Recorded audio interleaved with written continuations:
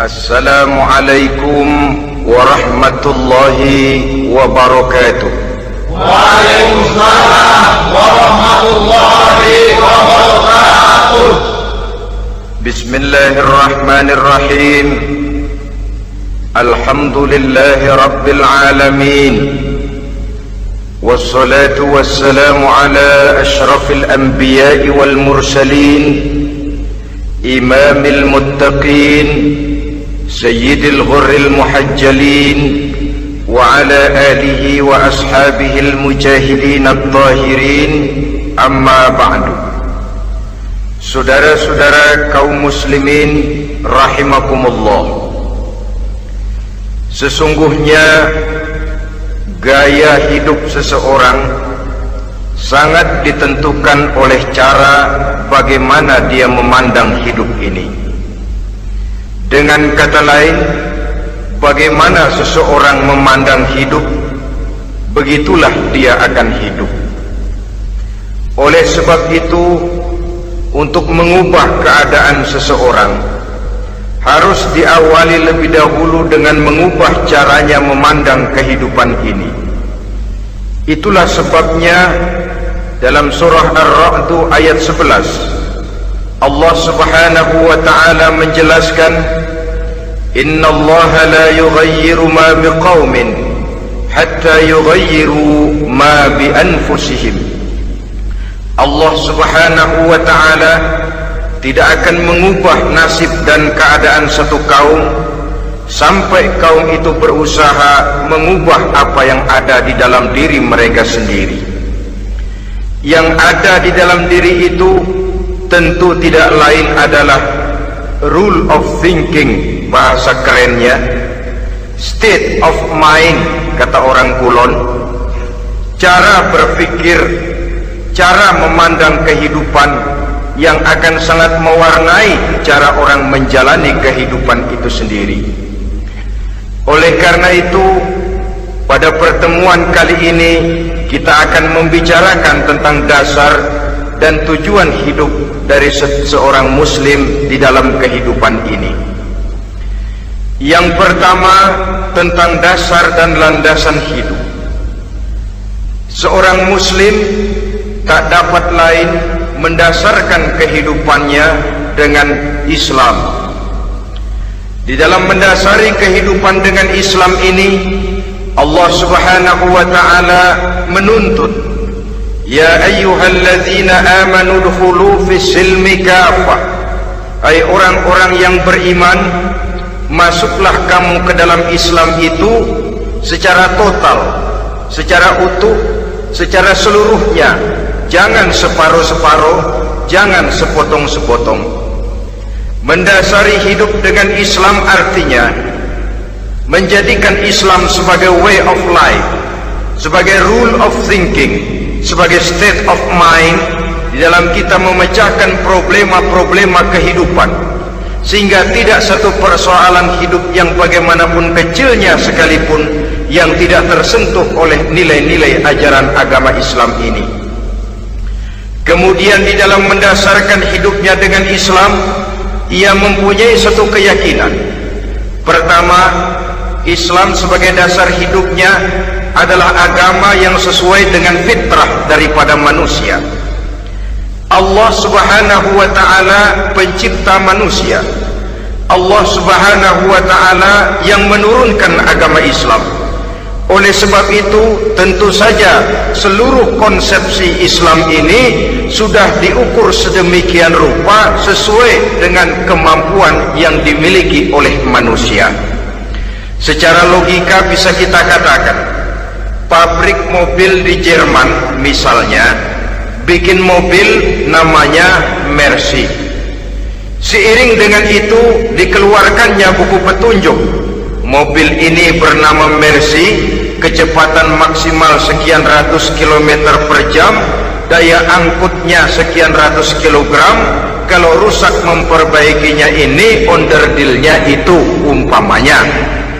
Karena pabriknya yang bikin mobil, lalu pabriknya juga yang mengeluarkan buku petunjuk, tentu buku itu sesuai benar untuk mobilnya. Dan logika mengatakan tidak bisa kita punya mobil Mercy rusak, kita perbaiki dengan menggunakan buku petunjuk yang dikeluarkan oleh pabrik mobil Fiat. Tentu saja mobil makin rusak, acak-acakan dan tidak karu-karuan. Ini artinya jikalau manusia ingin baik, jikalau manusia ingin mencapai sesuatu yang bernama bahagia, dia harus mengikuti petunjuk yang dikeluarkan oleh yang menciptakan manusia. Dan petunjuk-petunjuk itu telah turun dalam satu konsepsi yang bernama Islam yang sesuai dengan fitrah manusia. Yang kedua, oleh karena keyakinannya bahwa Islam sesuai dengan fitrah manusia, ia pun berkeyakinan bahwa Islam adalah agama untuk seluruh manusia, universal. Walaupun ia diturunkan di tanah Arab, tetapi ia bukanlah agama hanya untuk orang Arab semata-mata. Keyakinan ini perlu ditegakkan kembali, oleh karena akhir-akhir ini muncul pendapat-pendapat yang menganggap seolah-olah agama itu barang impor. Persilahkan saja kalau memang itu merupakan keyakinannya, tetapi menganggap agama sebagai barang impor sungguh merupakan satu kekeliruan yang sangat besar. Bahwa Arab sebagian besar memang Islam, jelas, tetapi Islam bukannya Arab, itu pun harus kita akui. Kita bisa menjadi muslim yang baik tanpa perlu menjadi orang Arab. Dengan kata lain, kita bisa menjadi muslim yang baik dengan tetap menjadi warga negara Indonesia yang baik. Bahwa Al-Quran diturunkan dalam bahasa Arab oleh karena memang ia turun di tanah Arab. Buktinya apa? Walaupun Quran dalam bahasa Arab, tidak satu pun ayat Quran yang ditujukan kepada orang Arab semata-mata. Tidak ada ayat ya ayyuhal arabiyun, hai orang-orang Arab. Tidak ada.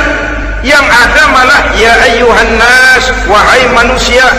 Manusia yang mana? Yang mana saja asal merasa manusia. Kalau tidak merasa manusia, tidak usah terpanggil dengan ayat tadi. Maka dalam mendasari hidup dengan Islam, kita berkeyakinan Islam adalah agama untuk seluruh manusia.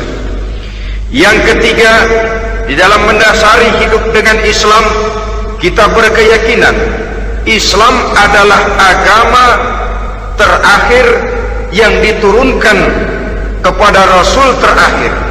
Tidak ada Rasul dan Nabi sesudah Nabi Muhammad, dan tidak ada agama lagi sesudah agama Islam. Dasar-dasar keyakinan ini melembaga dalam pribadi kita, membentuk satu keyakinan yang mendasari kehidupan ini, sehingga tidak satu problema yang bagaimanapun kecilnya dalam kehidupan yang tidak tersentuh oleh nilai-nilai Islam. Sejak kita tidur sampai kita bangun tidur, bahkan tidur itu sendiri, dan seluruh kegiatan kehidupan yang kita laksanakan dalam 24 jam, tidak satu pun yang tidak tersentuh oleh nilai-nilai Islam. Inilah pandangan hidup muslim. Jawaban seorang muslim terhadap problema-problema kehidupan yang dihadapinya, yang di dalam menjawab problema itu ia Islam oriented, berorientasi kepada nilai-nilai Islam. Apa kata Islam tentang pekerjaan yang dihadapinya? Halal kata Islam, halalah dia katakan. Haram kata Islam, haram dia katakan. Islam oriented. Barometer dalam perbuatannya tidak lain daripada nilai-nilai Islam itu sendiri. Dan kemudian di dalam mendasari kehidupan dengan Islam, ia berkeyakinan Islam adalah satu-satunya agama yang benar. Bahasa kerennya, Islam is the single one, the true religion behind the God. Satu-satunya. Keyakinan ini kelihatannya subjektif, tapi memang inilah pokok daripada kehidupan beragama. Saudara-saudara kaum muslimin rahimakumullah, kalau itulah dasar daripada kehidupan kita sebagai muslim, apa yang menjadi landasannya? Kalau dasar hidup kita Islam, maka landasan hidup kita tidak lain adalah Al-Quran dan Sunnah Rasulullah Sallallahu Alaihi Wasallam. Dunia penuh dengan orang-orang besar, dan setiap orang-orang besar itu mempunyai ajaran-ajaran yang pernah jaya, pernah dikumandangkan, didengung-dengungkan, naik ke panggung sejarah untuk kemudian tenggelam. Satu ajaran hanya akan langgeng, satu ajaran hanya akan tahan lama apabila dia turun dari sumber yang serba maha. Kalau dia turun dari manusia, maka sifatnya hanya musim. Yang namanya musim, saudara-saudara, namanya musim tidak bisa dilarang, tapi kalau sudah selesai habis sendirian. Itu musim namanya. Musim rambutan. Kalau datang musim rambutan, apa bisa dilarang? Gak boleh musim rambutan. Ya tidak bisa, dia akan tumbuh terus. Tapi manakala musimnya habis. Begitulah nasib dari ajaran yang nisbi, relatif dan temporer apabila dia bersumber dari manusia. Maka satu ajaran hanya akan langgeng, tahan lama apabila dia turun dari sumber yang serba maha. Dan itu sudah turun bernama Al-Quranul Karim. Sedangkan sunnah, saudara-saudara, merupakan penjelasan dari apa yang oleh Quran tidak dijelaskan dalam bentuk yang detail, melengkapi apa yang oleh Al-Quran hanya disebutkan dalam bentuk garis besarnya saja. Baik Quran maupun sunnah kita sebut merupakan dasar, landasan yang primer. Sedangkan untuk memahami Quran dan sunnah, kita memerlukan pendapat-pendapat orang yang ahli di bidang itu. Dalam hal ini kita sebut saja dengan ulama. Dan ini merupakan sumber yang sekunder dari landasan hidup kita sebagai seorang muslim. Dua rel ini, Quran dan sunnah, merupakan landasan di mana kereta api Islam ini berjalan. Quran dan sunnah. Saudara-saudara kaum muslimin rahimakumullah, oleh karenanya marilah kita menjadikan Quran dan sunnah ini sebagai imam di dalam kehidupan kita. Bukankah Rasulullah sallallahu alaihi wasallam pernah memberikan pilihan, man ja'ala al-Qur'ana amamahu qadahu ilal jannah wa man ja'ala al-Qur'ana khalfahu saqahu ilan nar. Siapa yang meletakkan Quran di depannya, dijadikannya Quran sebagai imam dan dia sebagai makmum, maka Al-Quran akan membimbing dia ke surga. Ya, surga di dunia ini, lebih-lebih lagi surga di akhirat nanti. Sebaliknya, wa man ja'ala al-Qur'ana khalfahu, siapa yang meletakkan Quran di belakangnya, dia belakangi ajaran dan konsepsi Al-Quran, dia tinggalkan perintah-perintah Al-Quran, maka Al-Quran yang dibelakanginya itu akan mendorong dia ke neraka. Neraka dunia, lebih-lebih neraka di akhirat nanti. Pilihan terserah kita. Jikalau kita mau menjadikan Quran sebagai imam, artinya kita menjadi makmum. Resikonya dimanapun, makmum wajib ikut imam. Imam takbir, makmum takbir, imam ruku, makmum ruku, imam i'tidal, makmum i'tidal. Jikalau Quran imam kita dan kita adalah makmum, maka itu berarti jikalau ke barat komando Quran, ke barat kita pergi. Jikalau ke timur kata Quran, ke timur kita menuju. Jikalau halal kata Quran, halal kita katakan. Jikalau haram kata Quran, haram kita ucapkan. Itu resikonya kita menjadi makmum, menyusun pola hidup yang lebih Qurani. Tapi sebaliknya, ke barat komando Quran, ke timur kita pergi, ke utara kata Quran, ke selatan kita menuju. Halal kata Quran malah kita tidak mau melaksanakannya. Haram kata Quran kita senang bukan main. Artinya kita mau menjadi makmum dan Quran kita jadikan sebagai makmum, kita sendiri malah mau menjadi imam. Kita paksa konsepsi Al-Quran itu supaya sesuai dengan naluri kemanusiaan kita, mengotak-atik hukum, menghalalkan yang haram, mengharamkan yang halal. dikala itu landasan hidup kita sudah goyah, tidak lagi sebagai landasan tempat kita bertolak, tetapi malah menjadi satu landasan yang kita injak-injak. Sesungguhnya saudara-saudara, Quran tidak akan membawa berkah, tidak akan menjadi rahmatun wa syifaun lil mu'minin, menjadi penyembuh, menjadi rahmah bagi orang-orang beriman, apabila yang kita baca itu kita injak-injak di dalam kehidupan. Upaya menyusun hidup yang lebih Qurani ini seiring dengan usaha kita menjadi warga negara yang baik, yang saya katakan di awal tadi, tidak saling dan tidak harus saling bertentangan. Jadi dengan demikian, dasar hidup kita sebagai muslim adalah Islam, dan landasan hidup kita tidak lain adalah Al-Quran dan sunnah Rasulullah Sallallahu Alaihi Wasallam. Ini landasan tempat kita bertolak. Ini yang mewarnai gaya kehidupan kita. Apapun yang mau kita lakukan, tempat kita bertanya lebih dahulu Quran dan sunnah. Saya mau melakukan pekerjaan ini, apa kata Quran? Saya mau pergi ke tempat ini, apa kata Quran? Saya mau berusaha dengan mengerjakan perusahaan ini, apa kata Quran? Merupakan landasan daripada kehidupan kita. Ini yang saya katakan tadi, membentuk rule of thinking, state of mind, bahwa gaya kehidupan kita diwarnai oleh landasan hidup yang bertumpu pada ajaran Al-Quranul Karim dan sunnah Rasulullah Sallallahu Alaihi Wasallam. Baiklah ya, ini yang pertama tentang dasar dan landasan hidup. Yang kedua tentang tujuan hidup. Kalau sudah ada landasan tempat kita bertolak, lalu kemana pantai yang akan kita tuju? Mau apa sih kita hidup ini? Berleha-leha, menjalani acara rutin, bangun tidur sampai tidur lagi, kemudian besok begitu lagi, sampai menunggu datangnya sang ajal? Atau ada satu tujuan yang akan kita capai di dalam kehidupan ini?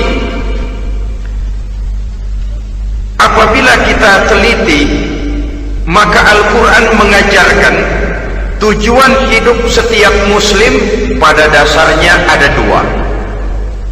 Pertama, kita sebut saja tujuan jangka pendek. Tujuan jangka pendek itu sasarannya dunia sekarang ini. Bentuknya horizontal, targetnya agar setiap pribadi muslim menjadi rahmatan lil alamin, rahmah bagi lingkungannya. Inilah yang oleh agama dinamakan hablum minan nas, yang isinya adalah ilmu dan peradaban. Jadi dunia dan seluruh isinya merupakan tujuan jangka pendek saja. Untuk mencapai tujuan jangka pendek, dunia dan seluruh isinya, unsur penunjangnya adalah pendidikan, pengalaman, atau nasib. Makin tinggi pendidikan, makin mudah menjangkau hidup. Makin banyak pengalaman, makin mudah menguasai dunia. Atau karena faktor nasib, pendidikannya tidak seberapa, pengalaman pun kadang-kadang dangkal, tapi karena nasibnya lagi hoki, kata orang sekarang, nasibnya lagi bagus, dia naik ke panggung memegang peranan. Faktor yang namanya nasib ini ada, tapi tidak bisa dijadikan sandaran untuk menjangkau dunia dan seluruh isinya. Unsur penunjangnya, pertama pendidikan, yang kedua pengalaman, yang ketiga faktor nasib. Oleh karena itu, apabila kita ingin mudah mencapai dunia, yang pertama harus kita laksanakan bagaimana menempuh satu pendidikan.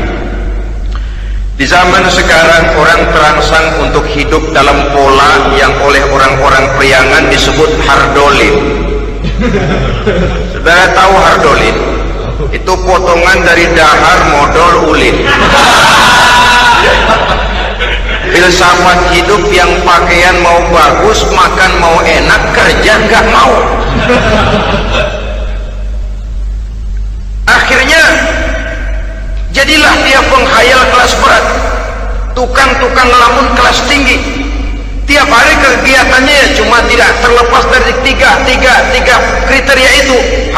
dolin. Pokoknya kalau sudah dahar motor ulin, besok ya begitu lagi. Pola dari dimana orang pakaian mau bagus, makan mau senang, duit mau punya, kerja tidak mau. Kadang-kadang mau kerja tapi tidak tahu apa yang harus dikerjakan, ditambah oleh sempitnya lapangan pekerjaan. Tidak tahu apa yang harus dikerjakan, dilatar belakangi oleh tidak adanya pendidikan yang dia terima, sehingga mau kerja apa lalu bingung. Oleh karena itu, terutama buat adik-adik remaja, para pemuda, saya berpesan untuk menjangkau dunia, yang pertama harus kita jalani bagaimana membina diri, mendidik. Taruh kata drop out, putus sekolah, tapi drop out bukan halangan bagi tumbuhnya cita-cita yang mulia. Bahkan ada orang bilang many a great man starts as a newspaper boy. Banyak orang-orang besar yang memulai pekerjaannya dagang koran. Putus sekolah bukan merupakan halangan bagi tumbuhnya cita-cita yang mulia, dan tidak sedikit orang-orang besar yang tidak keluaran perguruan tinggi.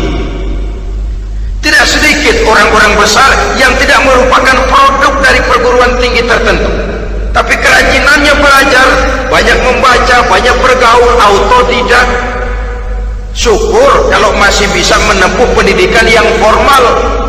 Kekurangan ekonomi, kemiskinan keluarga jangan menjadi penghalang bagi tumbuhnya cita-cita yang tinggi untuk menempuh karier pendidikan yang baik.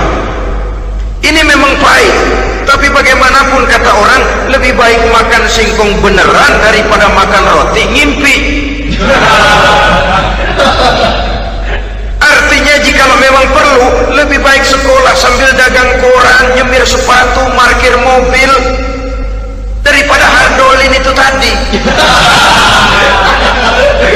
Tanpa prospek hari depan yang ada artinya.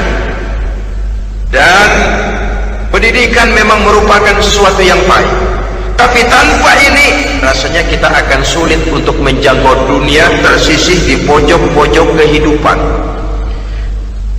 Jangan lalu bilang, manusia kan rezekinya sudah dijamin oleh Allah, ayam saja ada rezekinya. Of course, tapi jangan lupa cara ayam cari rezeki dengan cara manusia cari rezeki lain. Kalau ayam cari rezeki dari tahun atu, modalnya cuma ceker sama patok. Kalau ayam asal bisa nyeker, bisa matok, ayam dapat rezeki. Pokoknya kertok dah. Tapi manusia cari rezeki, dia harus cari lapangan kerja. Lapangan kerja sulit. Sudah dapat lapangan kerja, harus punya keahlian. Untuk memperoleh keahlian harus dengan pendidikan. Berhadapan lagi dengan saingan-saingan, karena pasaran tenaga kerja tiap tahun puluhan kalau tidak ratusan ribu pasaran tenaga kerja yang masuk lapangan kerja. Ini kenyataan. Semakin ke depan, oleh tingginya tensi ekonomi, oleh persaingan hidup yang makin tajam, oleh makin menggejalanya pola pikir industrialis yang membuat manusia individu, nilai-nilai semacam ini akan terasa makin berat. Oleh karenanya, tanpa pendidikan sulit untuk menjangkau dunia. Yang kedua, pengalaman, tenaga expert. Sehingga orang mengatakan experience is the best teacher. Pengalaman adalah guru yang paling bijaksana. Dengan pengalaman kita makin dewasa. Dan orang sering mengatakan kegagalan hakikatnya adalah keberhasilan yang tertunda. Jangan takut gagal, kalau itu akan mengantarkan kita kepada pola hidup yang lebih dewasa, lebih tegar, lebih sanggup menghadapi kesulitan-kesulitan. Dan faktor yang ketiga, nasib. Kadang-kadang orang pendidikannya tidak ada, kadang-kadang pengalamannya tidak seberapa, tapi karena nasib, engkongnya misalnya jadi komandan hansip, dia naik jadi anggota hansip. Itu karena faktor nasib saja. Yang ketiga ini ada, tapi tidak bisa dijadikan sandaran dalam arti bahwa kita lalu mengandalkan nasib. Loh, nanti udah gede mau jadi apa? Gua sih gimana nasib aja dah. Jadi orang syukur, jadi gembel nasib. Tidak bisa kita menghadapi hidup dalam satu alur spekulasi. Tidak bisa kita menjalani skenario kehidupan ini dengan bersikap untung-untungan. Karena kehidupan walaupun tidak bisa dipastikan, paling kurang bisa dirancang, bisa direncanakan, bisa ditargetkan, bisa dianalisa kemungkinan-kemungkinannya. Walaupun tidak bisa dipastikan, tapi bisa diperhitungkan. Sebagai manusia yang terikat oleh causality, oleh hukum sebab akibat, sewajarnya kita memperhitungkan kemungkinan-kemungkinan itu. Kira-kira 5, 10, 15 tahun yang akan datang, sejauh mana kesulitan-kesulitan dalam kehidupan ini, sejauh mana persaingan dalam hidup, sejauh mana tenaga kerja dibutuhkan, sejauh mana keahlian dan skill menunjang ke arah itu. Kalau tidak, kita akan tersisih di sudut-sudut kehidupan untuk lebih banyak jadi penonton daripada menjadi pemain. Padahal kita ingin jadi pemain, kita ingin atlet, kita ingin punya peranan, karena kita oleh agama dituntut menjadi rahmatan lil alamin, menjadi rahmat bagi lingkungan di mana kita tinggal, mewarnai lingkungan, bukan cuma diwarnai oleh lingkungan itu sendiri. Itu tadi tujuan jangka pendek sebagai tujuan yang pertama. Yang kedua, tujuan jangka panjang. Tujuan jangka panjang ini sasarannya adalah akhirat.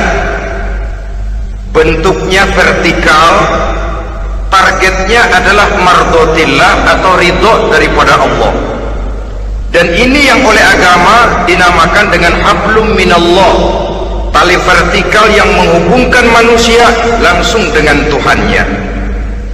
Untuk mencapai tujuan jangka panjang akhirat ini, unsur penunjangnya adalah prestasi ibadah.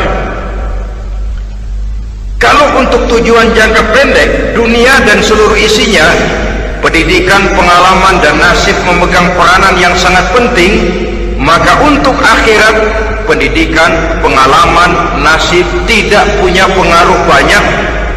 Unsur penunjangnya adalah prestasi ibadah. Bagaimanapun tinggi pendidikan, bagaimanapun banyak pengalaman, tanpa prestasi ibadah, nol besar kita dalam pandangan Allah Subhanahu wa ta'ala. Saudara-saudara kaum muslimin rahimakumullah, itu sebabnya seorang muslim sholat, puasa, haji, zakat, yang kalaupun ada target dunia itu cuma side effect saja, sekedar satu efek sampingan. Target utamanya tetap tujuan jangka panjang, akhirat dan ridho Allah. Kenapa kita sholat? Untuk mencari ridho Allah. Kenapa kita laksanakan ibadah haji? Untuk mencari ridho Allah. Kita bangun di keheningan malam untuk mencari ridho Allah. Kalau ada akibat dunia, itu cuma akibat sekunder saja. Ada misalnya orang karena tekun ibadah rezekinya lancar, itu baru persekot, baru tanda jadi. Kadang-kadang persekotnya saja sudah nikmat kok, apalagi cashnya, kontannya. Sebaliknya, kalau ada orang rajin ibadah rezekinya seret, jangan jadi alasan. Kok lu nggak sembahyang? Alah, tetangga gua rajin sembahyang melarat terus. Ya memang sholat itu bukan dengan target dunia, target akhirat, saudara-saudara. Oleh sebab itu, seorang muslim adalah seorang yang berpandangan luas, berjiwa lapang. Maksudnya apa? Tujuan jangka pendek dan jangka panjang ini harus dia raih kedua-duanya. Ini yang oleh Al-Quran diajarkan agar setiap muslim mencapai fid dunia hasanah wa fil akhirati hasanah. Kebaikan di dunia, kebaikan di akhirat, itu arti hasanah.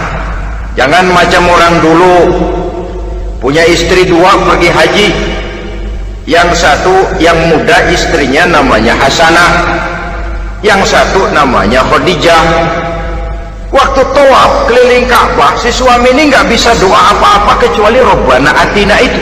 Tiap putaran, Rabbana atina fid dunya hasanah wa fil akhirati hasanah. Putaran kedua, Rabbana atina fid dunya hasanah wa fil akhirati hasanah. Ini istri tuanya yang namanya Khadijah dengerin aja. Akhirnya di satu saat dia colek suaminya, "Bang, mentang-mentang Hasanah bini muda disebutin melulu. Saya dong disebutin dalam doa." "Iya deh, ntar putaran selanjutnya." Suaminya blow on juga. Putaran kedua dia baca, Rabbana atina fid dunya hasanah wa fil akhirati Khadijah. Saudara-saudara, itu makna refleksi daripada doa tadi itu, doa sapu jagat. Kita ingin fid dunya hasanah wa fil akhirati hasanah. Tujuan jangka pendek dunia tercapai, tujuan jangka panjang akhirat dan ridho Allah juga tergapai.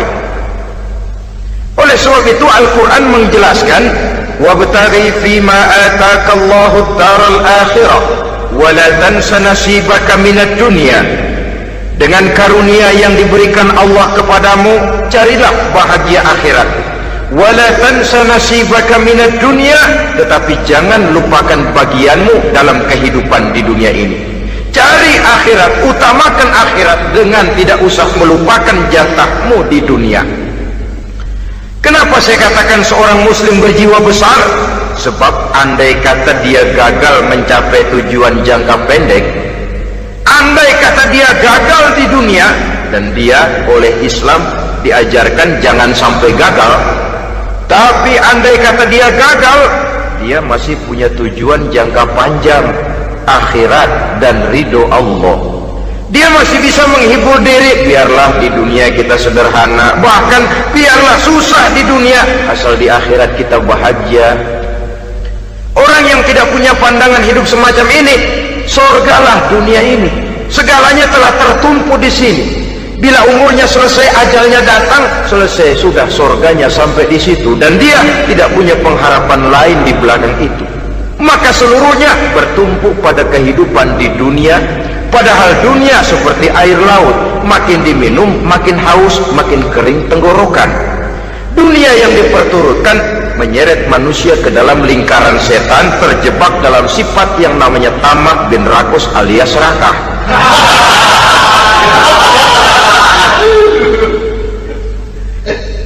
Andai kata dia gagal untuk tujuan jangka pendek, dia masih punya tujuan jangka panjang, akhirat. Dia masih sanggup berkata, biar di dunia kita sederhana, bahkan biar kebelangsak sengsara susah di dunia, asal di akhirat kita bisa bahagia. Kan masih ada harapan. Yang paling bangpak, paling rusak betul, sudah di dunia sengsara, di akhirat celaka. Di dunia rumahnya gubuk, pinggir kali miring,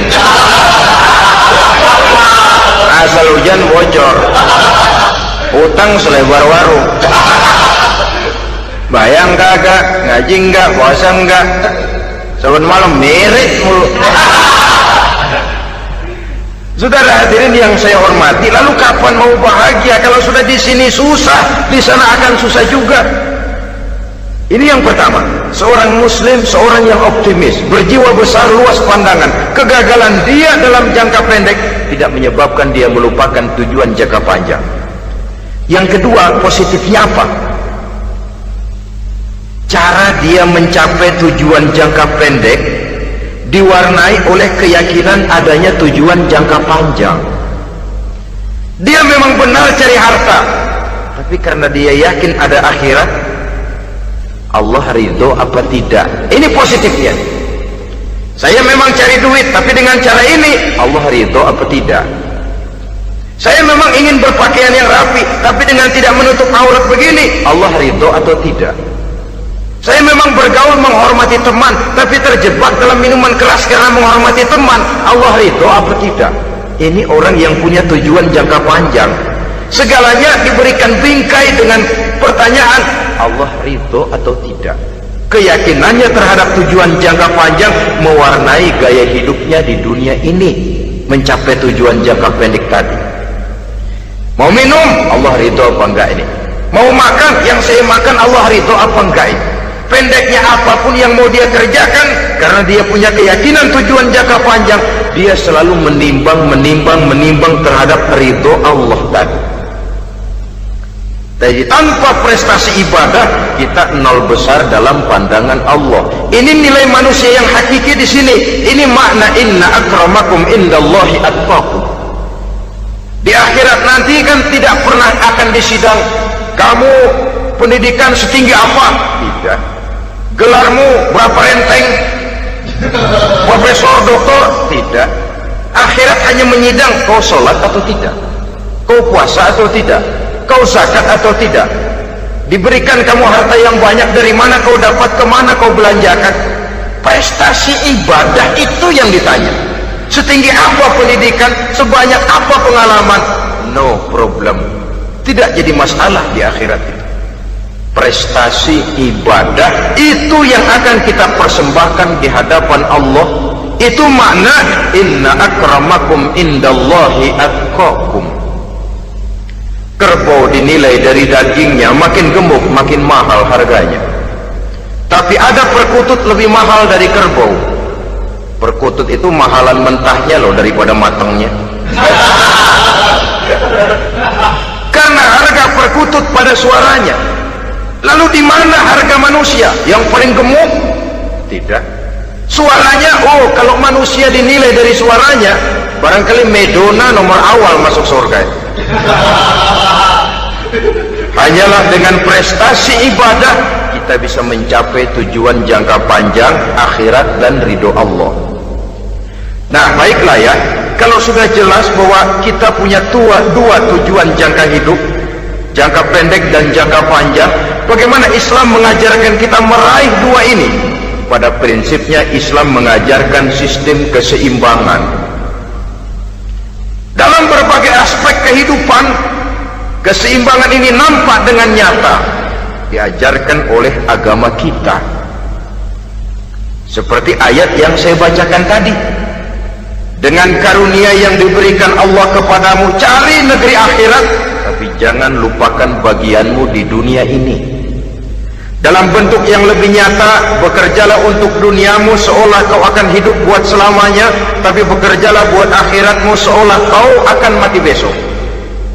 Manifestasinya dalam kehidupan, misalnya orang kaya diperintah membantu yang miskin, tapi orang miskin dianjurkan berusaha. Jangan mengandalkan hidup kepada yang kaya, seimbang. Kamu kaya, betul Pak, bantu yang miskin. Kamu miskin, iya Pak, berusaha, seimbang. Tuan rumah diwajibkan menghormati tamu, tamu diwajibkan tahu diri, seimbang. Jadi bagaimana kalau sudah kita bekerja di sawah, di ladang, di pasar, di kantor, anggap kita akan hidup selamanya agar timbul gairah kerja. Tapi kalau sudah sholat, anggap kita akan mati besok supaya timbul khusyuknya. Nah, titik tekannya di mana? Stresnya itu. Walaupun Islam mengajarkan sistem keseimbangan, tapi Al-Quran tetap menggarisbawahi walal akhiratu khairul laka minal, bahwa bagaimanapun seimbangnya, akhirat itu lebih utama daripada dunia. Bagaimana implementasinya? Kata orang-orang tua, kalau kita menanam padi, rumput pasti tumbuh, tapi nanam rumput jangan mimpi tumbuh padi. Maksudnya apa? Kalau satu perbuatan kita niatkan karena Allah, dunianya pasti ikut. Tapi kalau satu perbuatan diniatkan karena dunia semata-mata, akhirat akan hilang. Sebab itu, biasakanlah berbuat sesuatu, baik untuk tujuan jangka pendek, lebih-lebih untuk tujuan jangka panjang, dengan motif lillahi ta'ala. Jadi saya ulangi, satu perbuatan kalau sudah diniatkan karena Allah, dunia biasanya ikut. Tapi kalau diniatkan karena dunia semata-mata, akhirat akan luput. Padahal itu titik tekannya, walal akhiratu khairul laka minal ula. Saudara-saudara kaum muslimin rahimakumullah, ini tujuan hidup. Jadi landasan tempat kita bertolak sudah jelas, pantai yang akan kita tuju dalam kehidupan ini juga sudah nyata. Kita ingin mencapai apa yang dinamakan fid dunya hasanah wa fil akhirati hasanah. Untuk itu perlu ada keseimbangan, tetapi titik tekannya tetap akhirat lebih utama daripada kehidupan dunia ini. Sekarang kalau sudah ada dasar hidup, sudah ada tujuan yang akan kita capai, tentu harus ada alat untuk mencapainya. Semuanya perlu sarana. Bahkan pada hakikatnya dalam kaidah usul fikih para ulama mengajarkan lil wasail hukmul maqasid. Sarana dan tujuan hukumnya sama. Ini mestinya mendidik umat Islam jadi pinter. Jangan cuma berpikir melaksanakan satu pekerjaan, tapi juga berpikir menciptakan sarana untuk terwujudnya pekerjaan itu. Misalnya umat Islam wajib pergi haji kalau mampu, kan begitu toh? Kalau dia umat Islam Indonesia, tentu pergi hajinya ke Mekah. Mekah, Jeddah, Mekah, Indonesia perlu sarana angkutan untuk sampai ke sana. Kapal laut, kapal udara. Artinya umat Islam harus maju di bidang teknologi, bisa menciptakan pesawat, bisa menciptakan kapal laut, sarana yang akan menyampaikan dia untuk bisa melaksanakan ibadah haji. Selama ini kita bertumpu kepada pemikiran, pokoknya kan yang penting gue pergi haji pakai apa, kayak gue punya duit. Dari segi pribadi memang barangkali begitu, tapi sebagai umat yang harus mencapai kemajuan, apabila diperintahkan melaksanakan sesuatu, kita pun hakikatnya dituntut menciptakan sarana untuk menunjang pelaksanaan sesuatu itu sendiri. Agama mengajarkan an-nazafatu minal iman, kebersihan sebagian daripada iman. Siapa yang menciptakan mesin cuci, sabun-sabun keras, deterjen, rinso dan lain sebagainya? Siapa yang menciptakan air condition, pembersih ruangan? Kita hanya berpikir pokoknya kan bersih, mau pakai apa kek.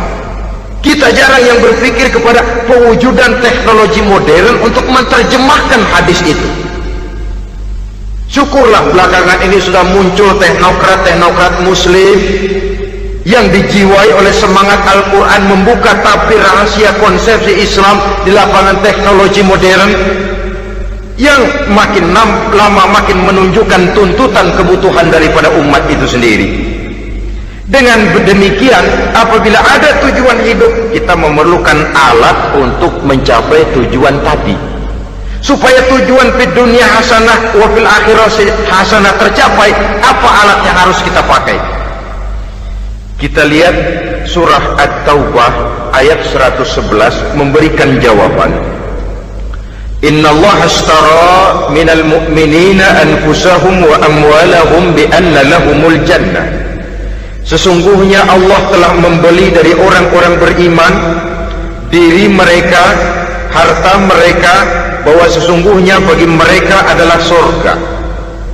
Coba kita simak ayat ini sejenak, akan nampak dengan jelas bahwa ayat ini hakikatnya merupakan satu transaksi yang nyata benar antara kita dengan Allah. Transaksi jual beli sudah terjadi, dan itu langsung dengan Allah, tertuang dalam pernyataan Quran. Pembeli Allah, penjual kita orang-orang beriman, dagangannya adalah anfus dan amwal, harganya adalah surga. Itu sudah tanda tangan pernyataan kita siap jual beli ya Allah. Apalagi baiat kita apa? Inna solati wa nusuki wa mahyaya wa mamati lillahi rabbil alamin. Solatku, ibadahku, hidup dan matiku cuma untuk Allah Tuhan seluruh sekalian alam. Minimalnya 5 kali sehari semalam baiat ini kita ulang dan kita ulang. Kenapa lalu kita tidak konsekuen? Dalam konteksnya dengan persoalan, maka alat hidup kita itu ada 2. Pertama, anfus. Ini bentuk mufrad dari jamaknya, bentuk jamak dari mufrad nafsun. Biasa diterjemahkan dengan diri. Yang dimaksud dengan diri adalah kepribadian. Yang dimaksud dengan kepribadian ialah kekayaan yang kita miliki dalam kepribadian kita. Artinya bisa tenaga, pikiran, konsep, gagasan, wewenang, ide, pangkat, jabatan, kemampuan, keahlian, skill, itu semuanya masuk ke dalam anfus, diri. Sedangkan amwal bentuk jamak dari mufrad malun, biasa diterjemahkan dengan harta. Pengertian di sini ialah seluruh bentuk-bentuk materi yang berada di bawah kekuasaan kita. Bisa rumah, bisa uang, bisa tanah, bisa kebun, bisa pabrik, bisa peternakan, itu semuanya amwal. Nah, baik anfus maupun amwal, diri, tenaga kek, pikiran kek, harta kek, pangkat kek, jabatan kek, wewenang kek, keahlian kek, untuk tujuan jangka pendek harus jadi rahmah bagi lingkungan. Untuk tujuan jangka panjang harus menunjang jalan menuju ridho Allah. Jadi kalau pangkat kita menjauhkan kita dari ridho Allah, itu bukan nikmat tuh, azab. Punya pangkat bukan melakukan kebaikan, malah melakukan kejahatan, setidak-tidaknya berdiri di belakang kejahatan, melindungi perbuatan-perbuatan munkar. Dalam kelas kakap melindungi korupsi, dalam kelas teri jadi backing tukang koprok. umpamanya itu sudah menyalahi. Alat tidak digunakan untuk mencapai tujuan, itu untuk tujuan jangka pendek. Lalu amwal, harta, uang, tanah, rumah, kebun, untuk tujuan jangka pendek harus menjadi rahmah bagi lingkungan. Sedang untuk tujuan jangka panjang, baik diri maupun harta harus menunjang jalan menuju ridho Allah, harus meningkatkan prestasi ibadah kita kepada Allah Subhanahu wa ta'ala. Malah yang namanya amwal ini tanggung jawabnya lebih berat loh saudara. Kalau saudara diberikan ilmu, sidang akhirat cuma satu, ilmu kau amalkan untuk apa? Saudara diberikan umur panjang, pengadilan akhirat cuma bertanya satu, umurmu kau habiskan di mana? Tapi saudara diberikan harta, pertanyaan akhirat dua, hartamu kau dapat dari mana? Kau belanjakan kemana? Dari mananya dan kemananya ditanya, depan belakang. Kadang-kadang kan ada orang hartanya didapat dari jalan yang halal, dibelanjakan di jalan haram. Kerja peras keringat banting tulang setengah mati, begitu dapat duit beli buntutan, muter-muter kertas cari kode. Didapat dari jalan halal, dibelanjakan di jalan haram, atau didapat dari cara yang haram, dibelanjakan di jalan yang baik. Menang judi, nyumbang pesantren. Nabi mengajarkan innallaha thayyibun la yaqbalu illa thayyib. Allah itu baik dan hanya menerima yang baik-baik saja. Tidak bisa mencuci kain dengan air najis. Kain akan tetap kotor. Saudara-saudara kaum muslimin rahimakumullah. Oleh karenanya masalahnya terpulang kepada kita, pandai-pandailah membagi orientasi. Suatu saat tenggelam kita dalam kesibukan dunia dan seluruh isinya untuk mencapai tujuan jangka pendek. Lain saat tenggelam kita memfanakan diri untuk mencapai tujuan jangka panjang, akhirat dan ridho Allah. Karena kehidupan ini bukan berjalan tanpa batas. Umur ini bukan satu karunia tanpa pertanggungan jawab. Satu saat setuju atau tidak, rela atau terpaksa, kita akan sampai kepada garis finish daripada perjalanan kehidupan dunia ini, yang memang merupakan satu perjalanan panjang, a walking tour, kata orang Kulon. A walking tour, satu jalan yang demikian jauhnya. Entoh kita akan sampai ke garis finish. Bila datang ajal, senja kehidupan datang, malam menyelimuti, Datangnya tidak pernah kita sangka, tapi sekali dia datang tidak satu kekuatan yang bisa menolak. Kehadirannya tidak pernah kita harapkan, tapi satu kali dia datang bertamu, pasti terjadi, dan itu pasti akan kita temui. Alangkah malangnya pada saat kembali itu datang, kita tidak punya prestasi ibadah. Lalu apa artinya prestasi dunia? Apa artinya tujuan jangka pendek kalau kita harus kehilangan tujuan jangka panjang?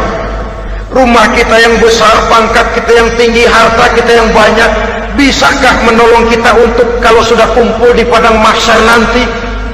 Malaikat, jangan gebugin saya, rumah saya harga 2 miliar.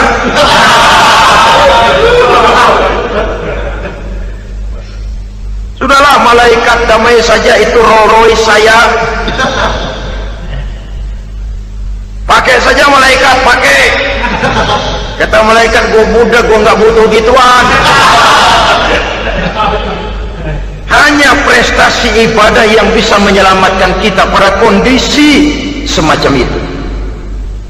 Jadi oleh karena itu saudara-saudara, biar di dunia ini rumah kita besar, mobil bagus, uang banyak, pabrik ada, usaha lancar, asal di akhirat masuk surga aja, nggak apa-apa. Daripada di dunia sengsara, di akhirat neraka, senangnya kapan? Sudah di sini sengsara, di sana keblangsak. Itu yang orang-orang tua bilang lacur kuda namanya. Pelan dipecut, kenceng digentak, setengah mati, serba salah. Kuda kalau bisa ngomong, gue setengah mati, serba salah. Pelan dipecut, kekencengan ditarik, itu yang namanya lacur kuda begitu. Serba salah posisinya. Untuk itu pandai-pandailah membagi orientasi supaya tercapai tujuan ideal ini, di dunia hasanah wa fil akhirati hasanah. Ini tentang tujuan hidup. Nah, untuk mencapai tujuan ini kita tidak berjalan sendiri, kita perlu teman hidup. Di samping teman hidup ada pula lawan hidup. Siapa teman hidup kita untuk mencapai tujuan hidup ini? Dalam arti sempit, teman hidup kita suami istri yang taat kepada Allah. Suami istri lebih dari sekedar satu pasangan, juga saling melengkapi, merupakan bagian daripada kehidupan. Suami adalah teman istri, istri adalah teman suami untuk mencapai tujuan hidup tadi, mencapai fid dunya hasanah wa fil akhirati hasanah. Seiring, seirama, selaras, serasi, seimbang, kata orang sekarang. Teman dalam arti sempit. Adapun teman dalam arti luas, setiap orang yang pandangan hidupnya sama dengan kita, setiap orang yang akidahnya sama dengan kita, terlepas dari suku bangsa apapun, warna kulit apapun, bahasa apapun, jikalau keyakinannya sama, pandangan hidupnya sama, dia adalah saudara kita dalam artian yang luas. Islam tidak kenal teritorial, maka tidak ada itu Islam Jepang. Ya walaupun secara formalnya ada, tapi informal muslim adalah muslim, diikat dengan akidah. Itu teman hidup. Lalu lawan hidup siapa? Pertama iblis, dalam segala bentuk dan implementasinya.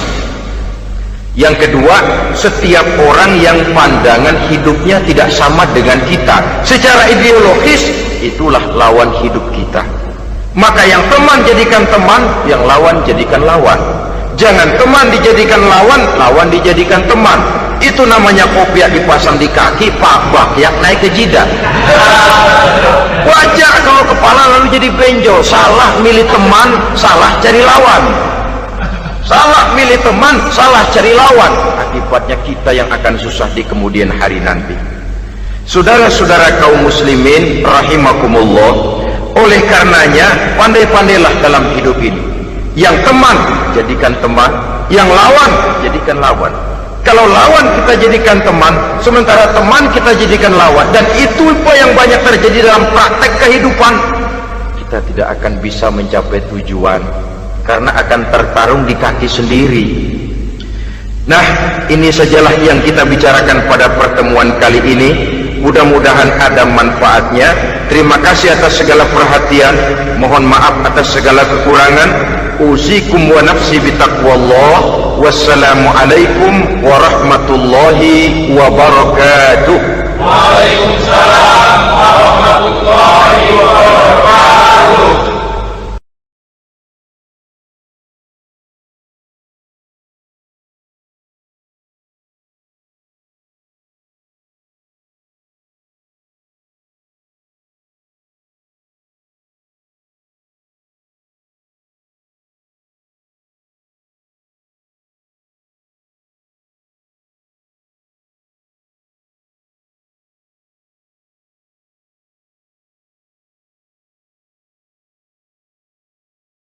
Assalamualaikum warahmatullahi wabarakatuh. Waalaikumsalam warahmatullahi wabarakatuh. Bismillahirrahmanirrahim. Alhamdulillahi rabbil alamin. Wassalatu wassalamu ala ashrafil anbiya'i wal mursalin, imamil muttaqin, sayyidil ghurril muhajjalin, wa ala alihi wa ashabihil mujahidin at-tahirin, amma ba'du. Saudara-saudara kaum muslimin rahimakumullah, sesungguhnya gaya hidup seseorang sangat ditentukan oleh cara